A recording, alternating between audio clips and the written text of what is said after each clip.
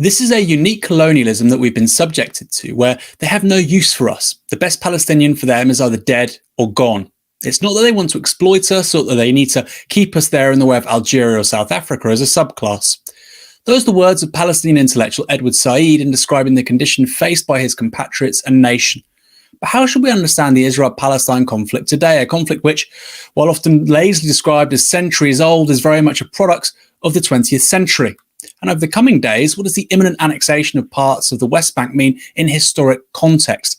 Is this a new level of operations or merely the continued modus operandi of the State of Israel since 1947? With me to discuss that tonight is Rashid Khalidi, Edward Said Professor of Modern Arab Studies at Columbia University and author of The 100 Years' War on Palestine, a history of settler colonial conquest and resistance. Professor Khalidi, welcome to Novara Media. Thanks so much for having me. So the State of Israel itself, it comes into being in 1948 is this kind of really decisive moment, this decisive change. As we said, the book starts really in 1917, the Balfour Declaration. But before even the Balfour Declaration is this ideology, this nationalist ideology of Zionism, a much used and abused word in contemporary political debates. Right. For our viewers, what is Zionism? Where does it come from? And what's it a response to?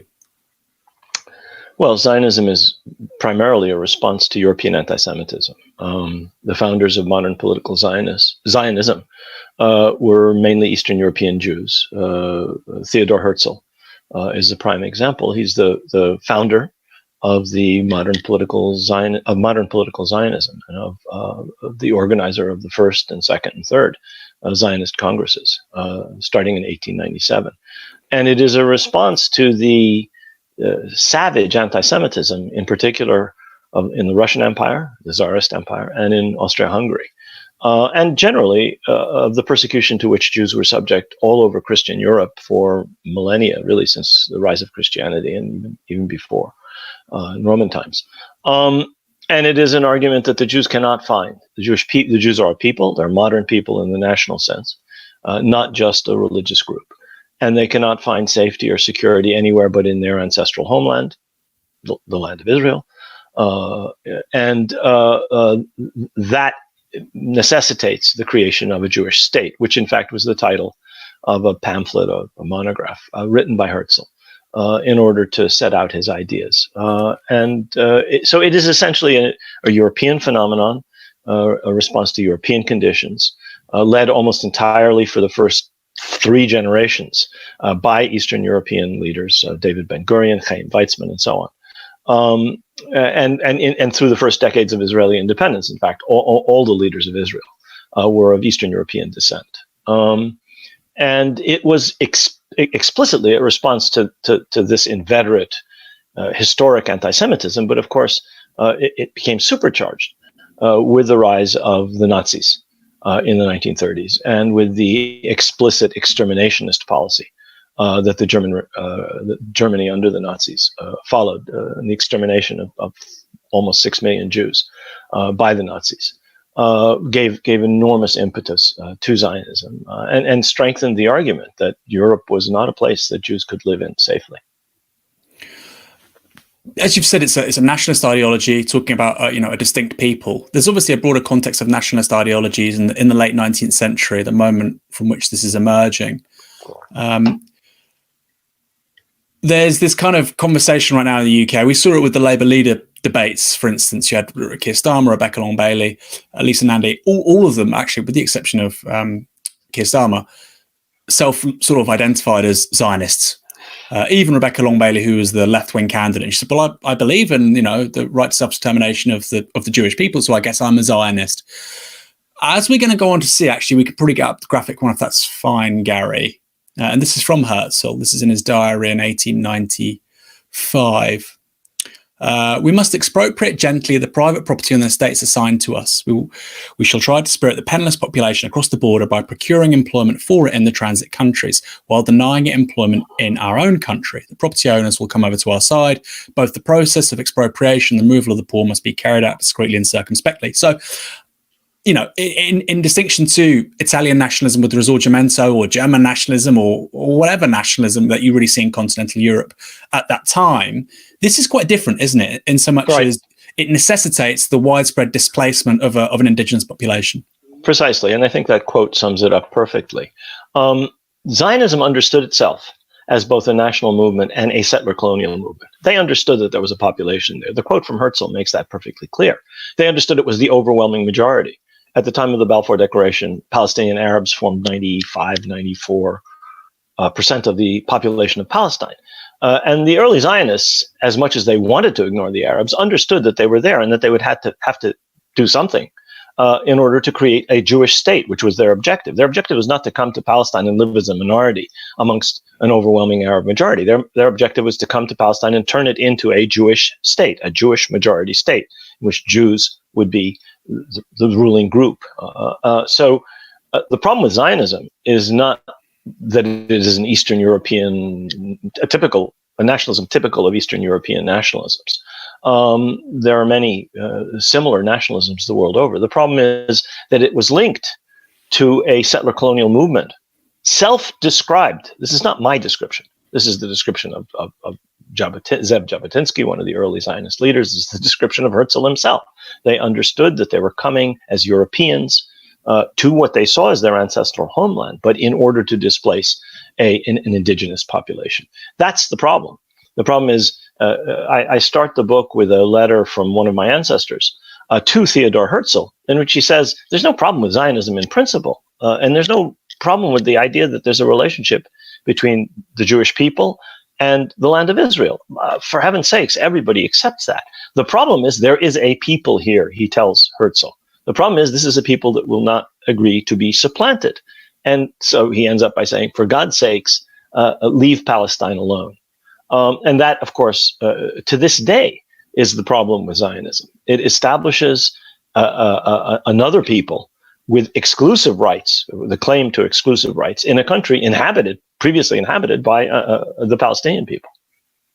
There's another quote I'm not going to bring up because it's not a particularly long quote, but it's from Herzl again, who writes that the prospective Jewish states, obviously prior to the independence, the Declaration of Independence of Israel, would, quote, form a part of a wall of defense for Europe, in Asia, an outpost of civilization against barbarism. Now, we're all quite familiar, well, many of us are familiar with the kind of civilizing mission that Europe sort of tried to explain away, particularly things like the Conference of Berlin, the Scramble for Africa, and so on.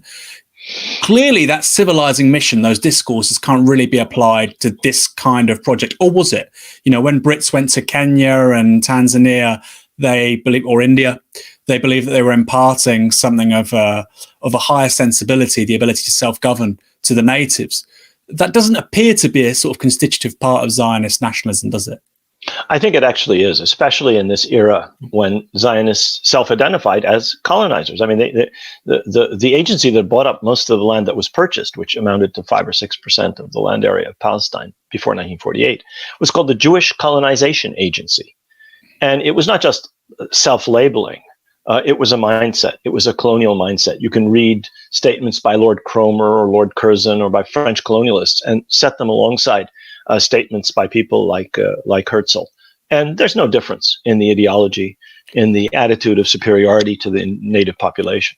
But one of the differences is somebody like a Curzon would say, you know, well, one day perhaps these people might have the ability to self-govern. They won't need us anymore. Whereas, I mean, correct me if I'm incorrect here, but it does seem to me almost with Zionism, there's an eschatological element which you don't get with other nationalisms, where, you know, into perpetuity, we will be different to these people. We will govern this land in an almost kind of deontological sense. And it goes above sort of human affairs. I just want to know, because that obviously strikes me as very unique. I can't think of many other examples. What were they saying about, we pulled up that quote earlier on, but what were they saying about the indigenous population? Was there some recognition that some of these people would stay, or, you know, we started this with the side quote at the top, right? Quite unique in that they want to get rid of us or they want to kill us. I mean, at what point did that become apparent to the Zionist project? Because at this point, it's pretty speculative. Sorry. I would suggest very early on, there was an understanding that a Jewish majority had to supplant the existing Arab majority.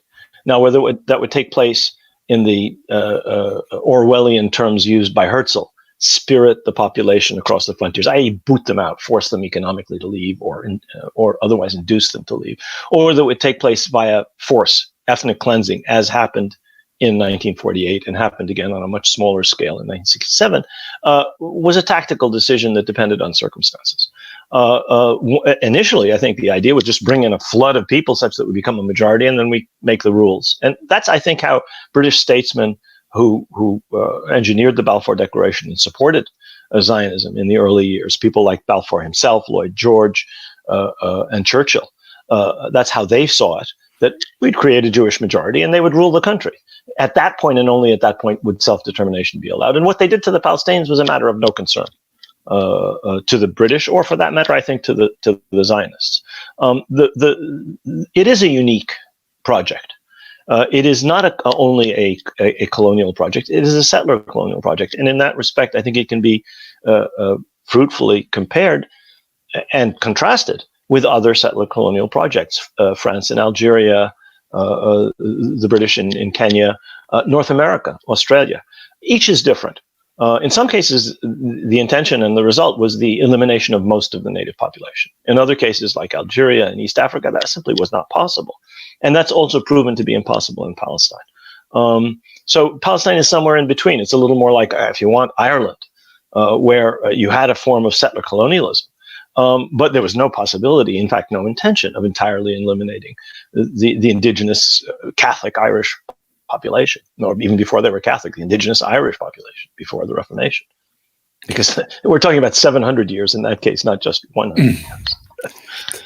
In terms of the Balfour Declaration, again, it's one of those things, people, I'm sure, will have heard about it. It's kind of this totemic moment in the history of Israel-Palestine relations. What was it? What is it a response to? Right. There are all kinds of interpretations of the Balfour Declaration. I am strongly of the opinion, and I have felt this since I started studying this topic many decades ago, that the primary, in fact, the main and central objective of the Balfour Declaration was achieving certain British strategic aims having to do with control of Palestine. There were subsidiary aims related to the situation in World War I. But that was the primary aim, and that was always Britain's primary aim. And when Britain shifted its policy in 1939 with the White Paper, it was overarching British strategic objectives that drove that change. The Balfour Declaration said that Palestine was a country which was to be turned into a Jewish national home for the Jewish people, in which the indigenous, in that declaration, the indigenous population, 94% of the population, are never mentioned, except in terms of civil and religious rights for the non-Jewish population, non-Jewish communities. What did this mean? This meant that there was one national group in Palestine, the Jewish people. There was one group with political rights in Palestine, the Jewish people. And that the rest of the population were to have only civil and religious rights. The British government did this for reasons, I'm arguing, that had entirely to do with the desire to have control over the area to the east of Egypt, which would connect British possessions, it was hoped, with the Gulf, which in fact is what happened with Iraq and Transjordan and Palestine forming a British-controlled bridge across the Middle East after World War I. That was the British objective, and the Balfour Declaration was a means to that end, the idea being that planting a colony of Europeans dependent on Britain would strengthen the British position in the Middle East as a whole. There's another empire which comes into this. We'll go back to the British Empire and how how it helps give birth to the modern Israeli state. But there's another empire in the background here, which is of course the Ottoman Empire. Mm-hmm. Reading your book, it just made me realize, it compounded the sort of realization that the Middle East is still living, or West Asia is still living, in the long shadow of the collapse of the Ottoman Empire, whether it's Syria, Iraq, Palestine. How big a moment is the collapse of the Ottoman Empire after the First World War for Palestine and for the region more broadly? It's an enormous traumatic shock. We're living through an era of enormous traumatic shock right now with the pandemic and the global recession. And the speed with which opinions change and the speed with which people are forced to confront established beliefs today, during this pandemic, gives us a small indication of the shock of World War I and the shock of the collapse of the Ottoman Empire to the populations that had lived under its rule for over 400 years. Together, with the arrival of British and French imperialism in the Arab countries, as they occupied, took over, and came to control different parts of the Middle East after World War I, together with the Balfour Declaration, together with the disappointment of Arab hopes for independence, which had been encouraged by the British during World War I. The collapse of the Ottoman Empire was a huge traumatic shock. It came on top of enormous losses during World War I. The Ottoman Empire had suffered the largest population losses of any combatant in World War I. A huge proportion of its population died either due to disease or massacre and ethnic cleansing in the case of the Armenians, or as war casualties in the 4 years of 4 years plus of World War I. And together, these events constituted an enormous collective traumatic experience for the population of Palestine and other parts of the Middle East. And then after that, you get in 1922, the British Mandate for Palestine, the League of Nations confers this responsibility onto the British Empire. Right. What does that change, and why should that be viewed as, again, another really seismic moment in the history of this relationship? Right. Well, the Mandate for Palestine granted to Great Britain by the League of Nations incorporated and amplified the Balfour Declaration. It basically said, this is a country in which there is one nation, the Jewish people, in which there's one group with the right, for example, to representative institutions or diplomatic representation or the support of the mandatory administration. And this is the issue of the Jewish community in Palestine, which was to be represented by what came to be called the Jewish Agency, a quasi-governmental organization established as a public body under the mandate, and the likes of which the Arabs were never allowed to have. So the Balfour Declaration tilted the entire balance in favor of this Jewish minority, a group that remained a minority right up to the end of the mandate. Jews formed about a third of the population of Palestine in 1948, when the state of Israel took over 78% of the country. And it established for the Palestinians a situation of unique disadvantage. They had no rights under the mandate. They did not have the right to self-determination. They did not have the right to democratic institutions. They did not, and indeed, whereas the other community in Palestine, the Jewish community that was growing under British patronage, had not only these, but many other rights granted to them, not just by the British, but by the League of Nations, which is why I described the Balfour Declaration and the mandate as a declaration of war on the Palestinians. It basically stated, you have no rights in your own country. These people have rights, and we're going to work to their ultimate aim, which is a Jewish state in Palestine, or turning Palestine into a Jewish state. And then sort of towards the end of that mandate, the 1936 to 1939, right up to the initiation of the Second World War, you have what's called the Arab Revolt. And when you look at the numbers of people involved in this, the number of fatalities, the percentage of the male Palestinian population at the time, I mean, it's a remarkable few years. Again, I'm sorry to make you go through this chronology, but for our audience, I think they're completely unfamiliar with these events. Right. What was the Arab Revolt from 36 to 39? The Arab Revolt was a very belated response from the bottom up, not led by the traditional Palestinian leadership, which was behind the curve entirely on this, against the Balfour Declaration, against the British, and against the Zionist project.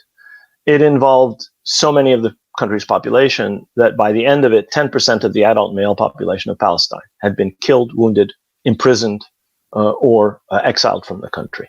Huge, huge casualty figures. It involved the kind of scorched earth policy that Israel later on adopted in its treatment of the occupied territories. The demolition of homes on suspicion of terrorism, the execution of people for possession of one bullet, murder of captured prisoners on the battlefield.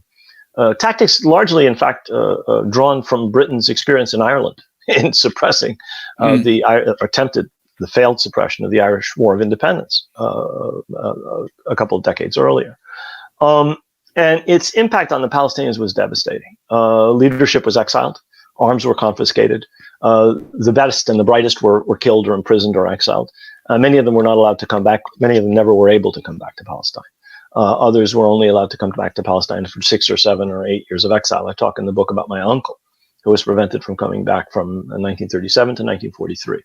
And that was a lot of many others. So the Arab Revolt ended up as probably one of the greatest anti-colonial revolts of the interwar period.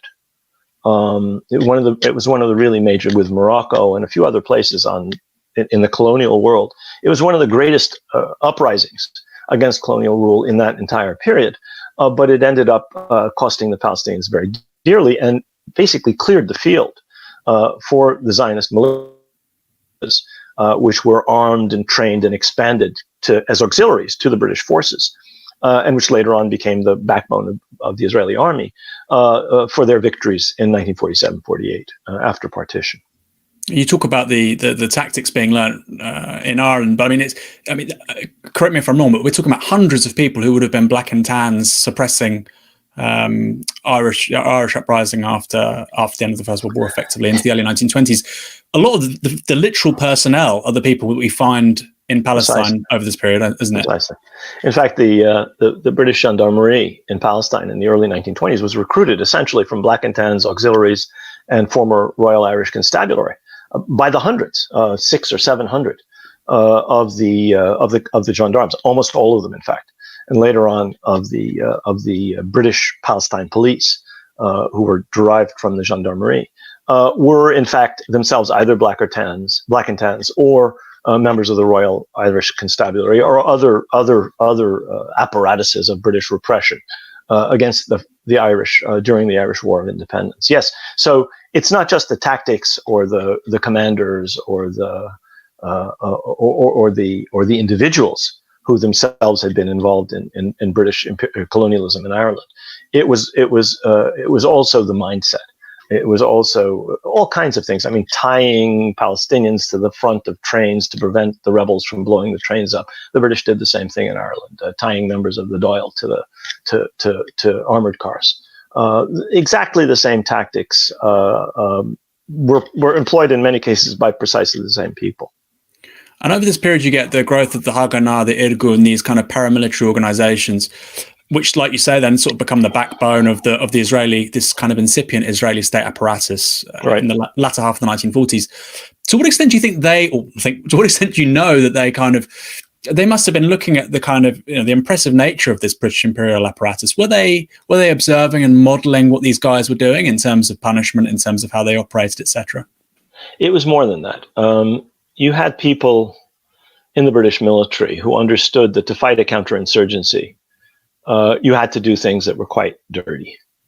And they were engaged in training members of these Zionist militias to carry out these raids. So nighttime assassinations, night raids, and so on. A man named Wingate was responsible for this. He called them night squads.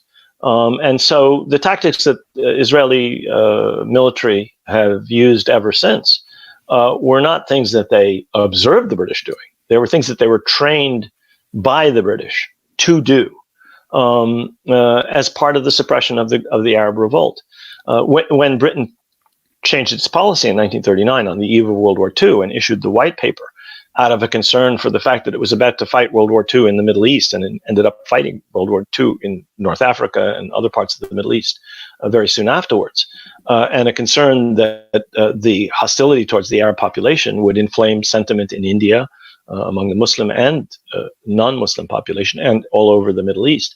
The Zionists then took the methods that they'd learned from the British and turned them against the British.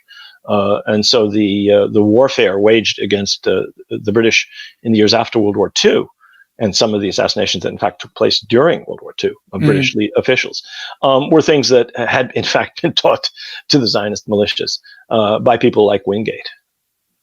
Yeah, I mean, because it's something that people aren't very familiar with. We're talking about the first few presidents of the State of Israel come out of these organizations, these non-state actors, we'd call them today, these paramilitary organizations, and they do some pretty reprehensible things. I mean, correct me if I'm wrong again, but we're looking at a couple of hundred kind of assassinations of British police officers, of military officers. Even a diplomat was killed. Was it a UN diplomat or a Norwegian diplomat? Folk Bernadotte, the UN mediator, Swedish, yes, Swedish, murdered by the Irgun, by one of these paramilitary groups, yes. Well, others too. I mean, there were assassinations in Cairo, there were Lloyd Moyne, there were assassinations in Palestine. There was the blowing up of the British headquarters in Palestine, which was located at that time in the King David Hotel. There were the blowing up of Arab hotels. There were the blowing up of markets in Arab markets. This was part of a war on the British, but also a war against the Arab population. And the Arab population replied in kind. There were also terrorist attacks on Jewish targets by Arab groups. The difference was that the Zionists were much better organized, much larger, much better armed, much better trained, and much better financed. But that the Arab resistance had already been broken by the British with the support of their Zionist auxiliaries in the years immediately before World War II. And so a very large number of the people who would and could have led a much more effective resistance to the takeover of Palestine by these militias and later by the Israeli army after May 15, 1948, had been killed or wounded or incapacitated in the repression of 1936-39. So whereas on the other side, a Jewish brigade was established within the British Army, whereas on the other side, you had arming and training of thousands and thousands of people in the Jewish community in Palestine as part of the repression of 36-39. And there's an interesting mirroring going on here. So just as you get the kind of the long shadow of the Balfour Declaration, the mandate coming out of the collapse of the Ottoman Empire, obviously post-war period, particularly after it's clear India's leaving, as Gandhi says in 1942, once India goes, the whole empire will follow, and broadly correct. What does it look like after 47 as the British are now pulling out? Can you briefly explain the kind of, I suppose it must be hard for us really to even conjure in our minds, the kind of anarchy, mayhem that prevailed. It wasn't really clear what state agencies were in charge. It was really a scramble for sovereignty, effectively. What did that look like as the British left? Well, let me put this within a larger context, because the most important thing that's happening here, in my view, or one of the most important things that's happening here, is that the Zionist movement responded very adroitly to the loss of British support, or what it perceived as the loss of British support after the White Paper of 1939, which curtailed Britain's commitments to the Zionist movement. It measurably curtailed them. It limited immigration. It said that Palestine would be independent after 10 years, meaning you'd probably have an Arab majority. All these things were anathema to the Zionists. Their adroit and rapid response was to cultivate an alternative metropole. This is a settler colonial movement that cannot operate without external support. Israel wasn't established by the Zionist movement. The Zionist movement inspired it and did most of the dirty work, but it could not possibly have been established without British support initially, and later on without the support of the other two powers that the shrewd diplomacy of the Zionist movement mobilized, the United States and the Soviet Union. The United States starts to browbeat, the Americans start to browbeat the British immediately after World War II, as soon as Truman comes into office. Unlike Roosevelt, who had a broader vision of the Middle East and understood a need to balance as between Zionism and Arab nationalism, Truman considered domestic concerns only. And he said it himself. I quote him in the book. And his pressure on the British was unrelenting from World War II onwards. And it culminates in 1947 in American-Soviet support. In fact, the Americans and the Soviets pushed through the United Nations General Assembly through browbeating and arm twisting the partition resolution, which gave most of Palestine to the Zionist movement, which represented a minority of the population at that time, and basically denied the Palestinian majority self-determination in its own country. So that's the background against which this chaos in Palestine was taking place. And why would the USSR and the United States collaborate in such a way? Obviously, that was very rare at the time. It was the dawn of the Cold War, and it was an unusual collaboration. And they were to collaborate over the Middle East twice, then and at the time of Suez in 1956, each for its own reasons. As far as the United States was concerned, this had to do with supplanting Britain in the region. The United States was traditionally an anti-colonialist power, although it had its own colonies in the Caribbean and in the Philippines and Hawaii. It had to do, as I suggested, with Truman's obsession with his domestic base. He was very concerned. He said once to a group of American diplomats, "I'm sorry, gentlemen, I can't follow the policy you're suggesting. I have a lot of people, a lot of constituents who are concerned for the success of Zionism, and I don't have many who are concerned for the Arabs." I'm paraphrasing what Truman said. And it also had to do, I think, with a desire to compete with the Soviets, not let the Soviets be the only ones to be supporting the Zionist movement. Stalin had different objectives. Stalin also wanted to supplant the British, but Stalin had the delusion that the Zionist movement and the state that would emerge might be allied with the Soviet Union because of its ostensibly the socialist nature of some of the leading parties within the issue, within what became the State of Israel, the Labor Party, Mapam, and so on. He had been obsessed with Britain ever since the Russian Civil War, when Churchill was his opponent, as it were. He was in charge of the southern part of the Soviet Union. Britain had launched and supported counter-revolutionary forces in Russia. And he had been obsessed with Britain to the exclusion, I think, of a concern for the United States. And so to him, getting the British out of Palestine was a paramount objective. He had other objectives, I think, as well. So can you explain what happens after that? You talk about the broader sort of geopolitical context, the collapse of the British Empire, these two new great powers. We hear this word Nakba. What was it, and how did it come about? The Nakba was the ethnic cleansing of Palestine, in which more than half of the Palestinian population is uprooted from its homes. And the region which is ethnically cleansed becomes the new state of Israel in 78% of the territory of historic Palestine. This is a result of Palestinian Arab weakness. This is a result of, once the Arab countries intervene after May 15th, 1948, after the establishment of the State of Israel and the end of the British mandate and the removal of British troops, it's a result of the weakness of the newly independent Arab states. And it's a result of the strength of the Israeli military, which had already been established many, many years before. I mean, it becomes the Israeli army in May 15th of 1948, but the brigades were there, the staff was there, the logistics were there, the arms were there, even before.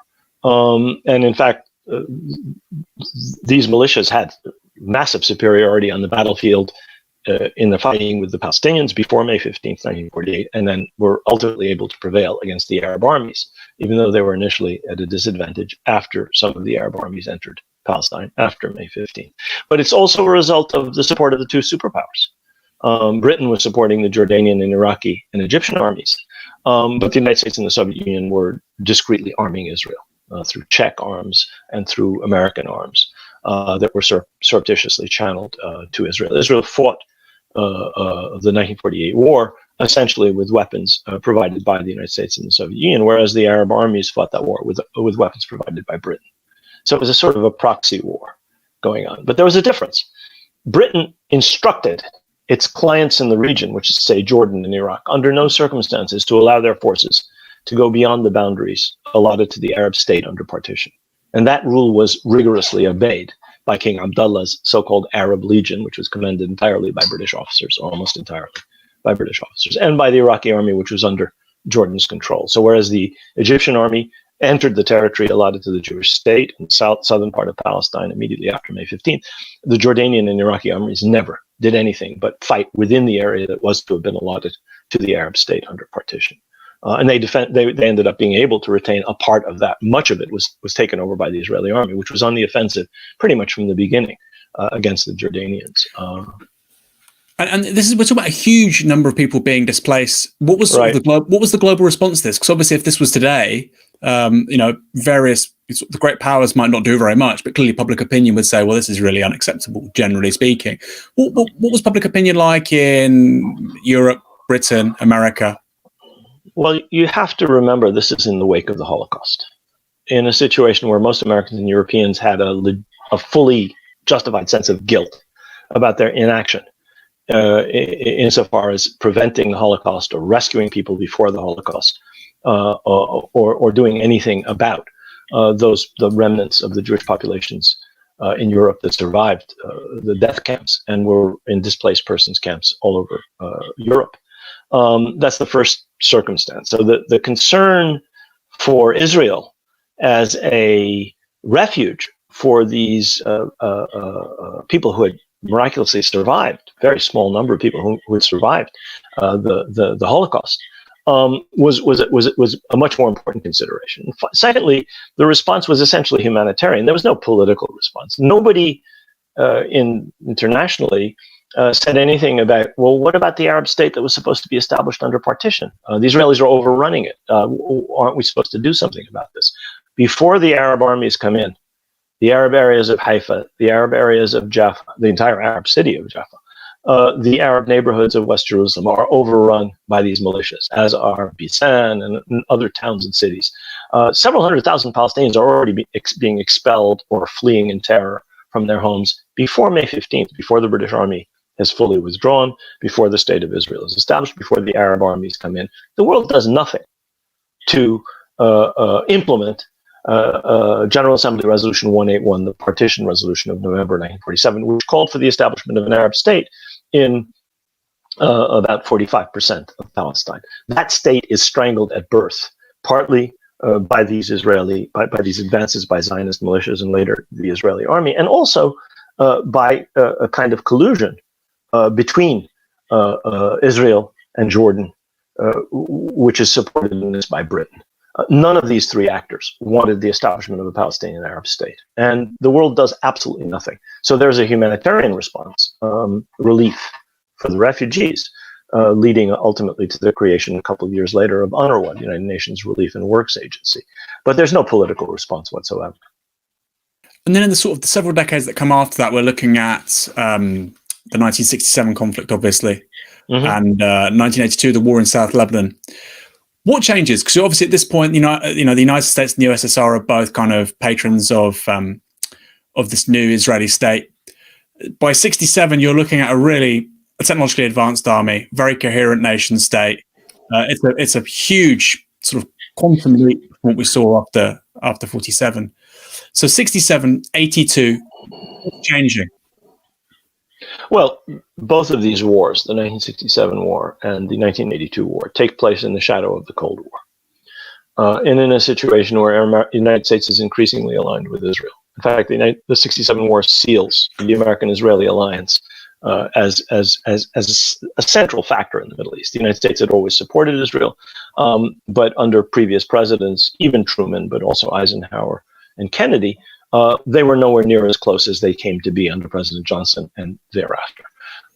And so the 67 war is fought with a green light from the United States. And as far as the United States is concerned, this is not as with Britain in 1917, this is not the brown eyes of the Israelis and some kind of philo-Semitism or philo-Zionism that's driving American policy. It's cold strategic calculation. These guys will knock out Soviet proxies, therefore we support them, period. And this is the argument that Sharon in 1982, then Defense Minister Sharon, brings to Washington, to then Secretary of State Alexander Haig. We will knock out Soviet proxies.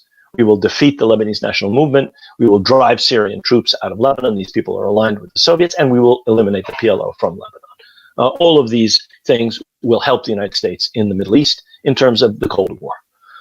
So both of these wars are fought with a bright green light from the United States. Israeli officials come to Washington, get permission, and go ahead with what I describe both of these things as declarations of war on the Palestinians, in the sense that it's not just the Israelis, it's permission from the United States, which is essential to what the Israelis do. In 1967, they recalled that they had not gotten American permission to launch the Suez War together with Britain and France, and they paid a price for it, and they weren't going to make the same mistake, nor did they make that mistake in 1982. I guess what changes before 82, obviously you have the Iranian Revolution in 79. Until 79, the United States has these two allies, Israel and Iran.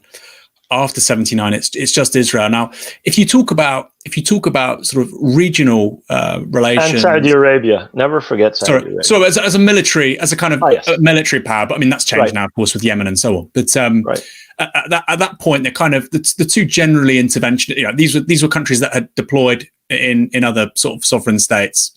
I'm thinking of the Shah.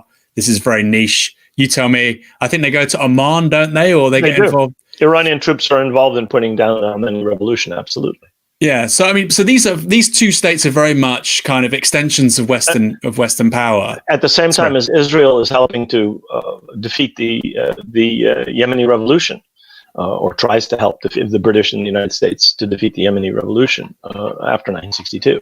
So Iran and Israel are both acting as proxies for the West in the Arabian Peninsula. But this is a really important point to make, I think, because if you ever talk about, I mean, today it's Israel, at that point it was Israel and Iran. If you talk about them as an extension of Western influence or American influence in the region, people say, well, this is being conspiratorial. But, this is objectively observing basic empiricism, looking at documents, transcripts, conversations, policy decisions. This was very much about an extension of American imperium in the region. Right.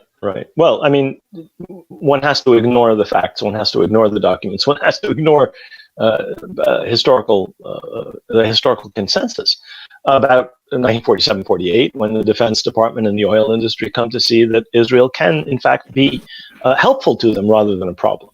1967, the deliberations of President Johnson and his Secretary of State and his Secretary of Defense, again, talk about the fact that the Israelis are going to whip the Arabs no matter what happens. If the Arabs attack first, they're going to defeat them. It'll be a matter of a couple more days.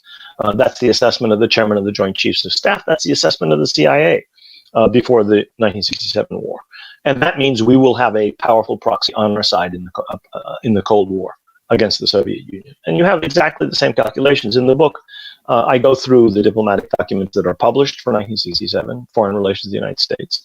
And I go through discoveries, in some cases by my own students, in American documents, which show the role of Secretary Haig and others in the Reagan administration in greenlighting the Israeli invasion of 1982.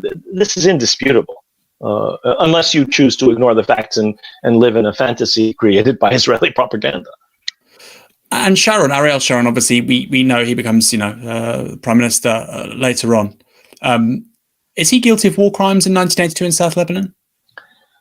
I suggest that anybody who doesn't believe that's the case look at the documents that I cite in my book from the once confidential annexes to the Kahan Commission report on the Sabra and Shatila massacres, which include about, I would say, 10 or 11 months of transcripts of meetings between Sharon and other senior Israeli officials and leaders of the Lebanese forces, and talk about the massive atrocities committed by these auxiliaries to the Israeli army all over Lebanon with the consent and approval of the Israelis.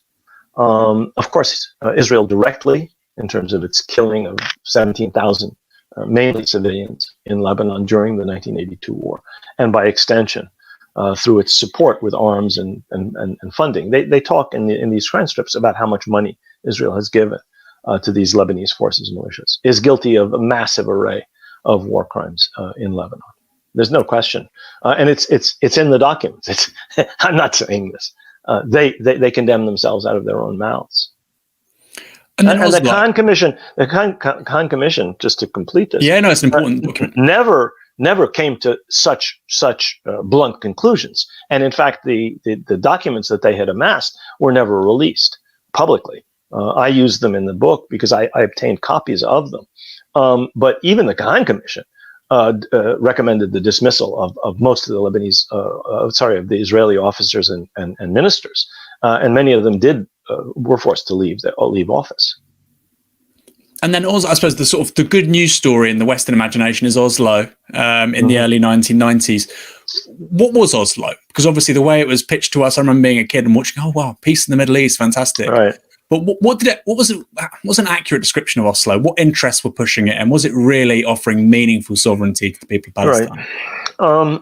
To understand Oslo, I suggest in my book that one has to go back to the Camp David agreements of 1978 and the Egyptian-Israeli peace treaty brokered by President Carter at the time, because that was a deal in which Egypt got back occupied territories in return for Egypt and the United States giving Israel a free hand in Palestine, and the understandings and agreements and treaties and letters of understanding, secret at the time, some of them, between the parties indicate that Israel got Egyptian and American approval for an approach to the occupied territories which denied self-determination, denied sovereignty, denied control over land to the Palestinians, and gave Israel a free hand to continue to colonize the occupied West Bank, and at the time the Gaza Strip, and obviously East Jerusalem.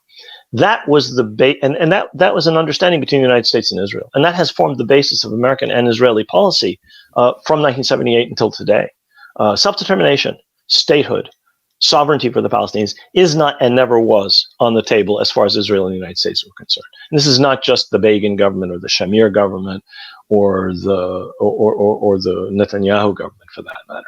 This is the Rabin government. Rabin gave a speech just before he was assassinated, in which he basically said, the Palestinians will not have sovereignty. They will not have full statehood. We will retain security control. And that has been the policy of Israel ever since. So I was engaged in some of the negotiations before Oslo. And we came to understand that that was the absolute ceiling that Israel and its American allies would allow. Some form of autonomy for the people, no control over land, over subterranean resources like water, of airspace, of borders, of entry, of exit, of the population register, in other words, of anything important. And various other elements were part of this American-Israeli understanding.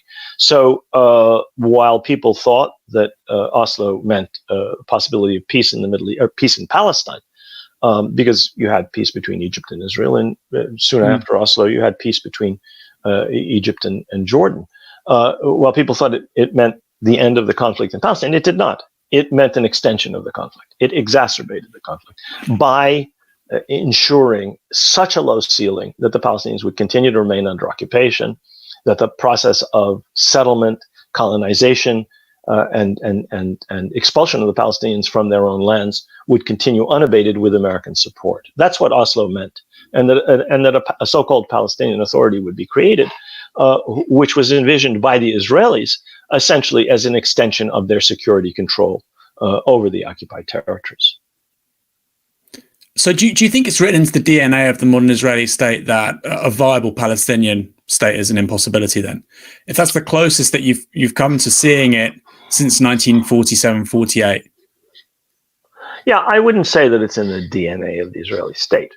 It's in the DNA of Zionism. Zionism argues for an exclusive Jewish right to Palestine. It doesn't say there are two peoples here. It says there's one people here, and there's some others. And they may be here or they may not be here, but they don't have the same absolute God-given national right to sovereignty and domination over the entirety of the land of Israel. That's the core of Zionism. Now, there are some Zionists who believe that that can be reconciled with self-determination for the Palestinians. They've never been in power in Israel. Could Israel change? Yes. Could it modify Zionism and its entire approach to the Palestinians? Yes. So I wouldn't say it's in the DNA. I wouldn't use that metaphor. But I would say that you've never had a Zionist leader, certainly since Israel, an Israeli leader, I should say, who ever saw the Palestinians as equal, who saw that they had inalienable national rights in their own homeland, that they were the native population of the country, and that those rights included absolute sovereignty, self-determination, and statehood. No Israeli leader, to my knowledge, has ever accepted that. The most conciliatory approaches, whether by Prime Minister Olmert or by Rabin or by others, Barak, never included absolute sovereignty, never included Palestinian security control of Palestinian territories, never included, for example, Palestinian control of their own borders or control over who could enter their country. Could any Palestinian come to Palestine? No. The Palestine that was envisaged was essentially a subject state or a subject entity to Israel by every Israeli leader, by every Israeli government. And I guess in that context, it's good to ask a question about annexation. Obviously, in the next few days, we're going to see probably significant annexation of the West Bank. Can you just talk about what that means? Is that in any way an escalation of Israel-Palestine relations, or is it really just business as usual, continuation of the modus operandi?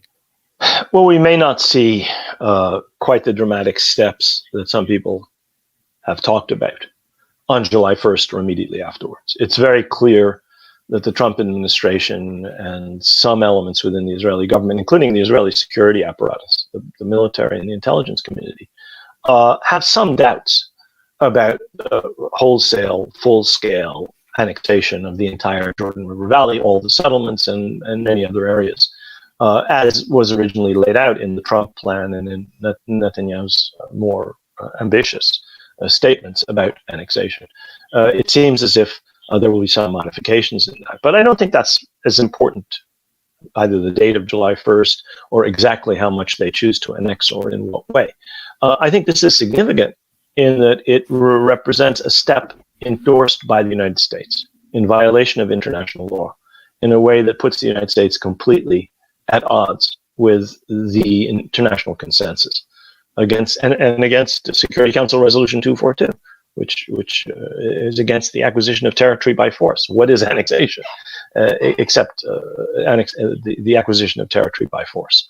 The Trump administration doesn't care about international law one bit, obviously, but that is in fact is significant. However, I think we overemphasize the significance of quote unquote annexation, in that Israel has been engaged in gradual annexation of the occupied territories ever since the June War ended in 1967.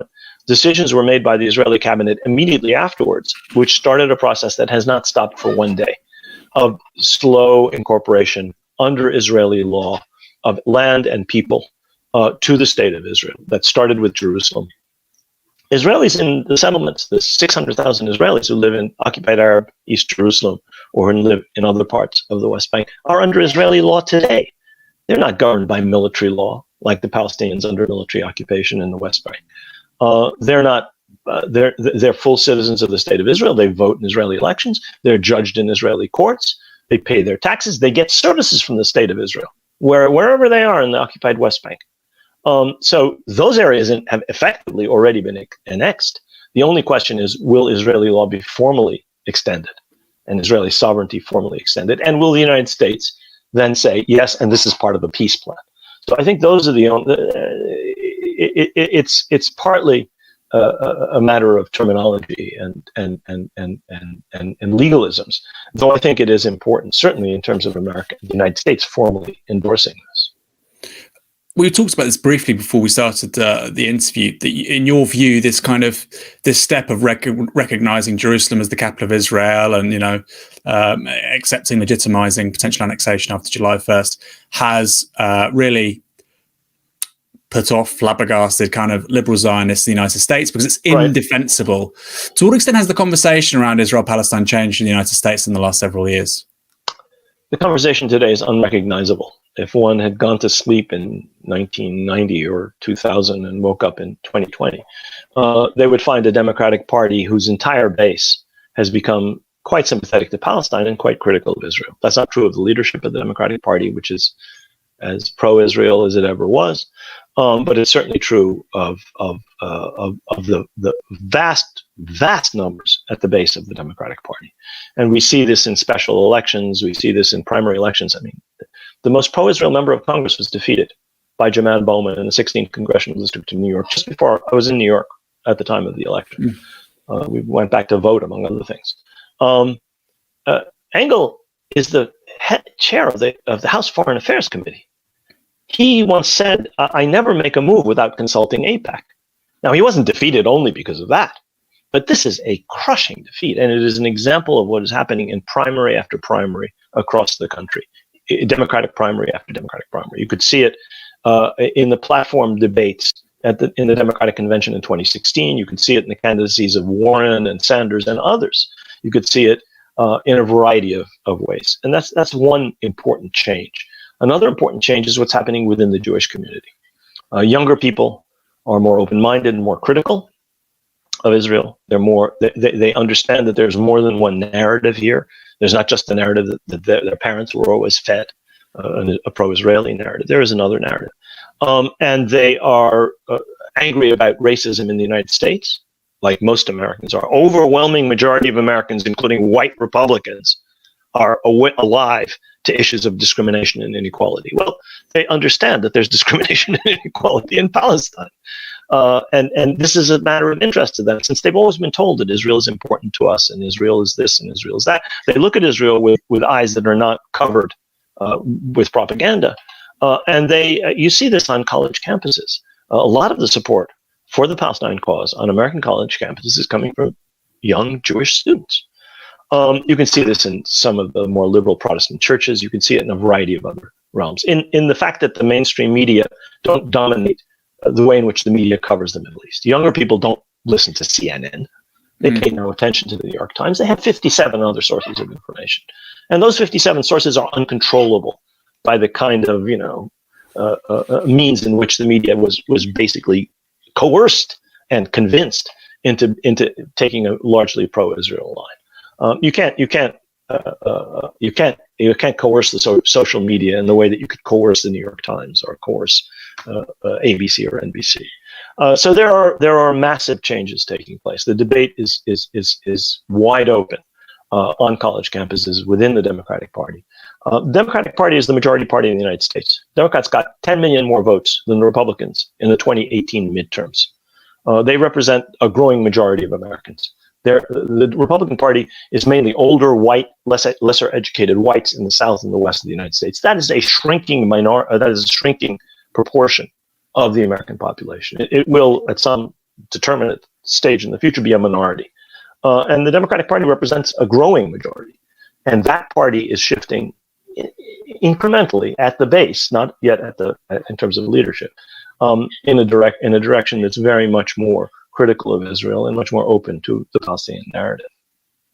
Rashid, that's a great place to leave it. Thank you very much for giving us your time. It's been a pleasure to have you on Novara Media. Thank you for having me. We will be back next week on Tuesday. You've got Tiski Sauer on Friday. Have a good evening. My name's Aaron Bastani. This is Novara Media. Good night.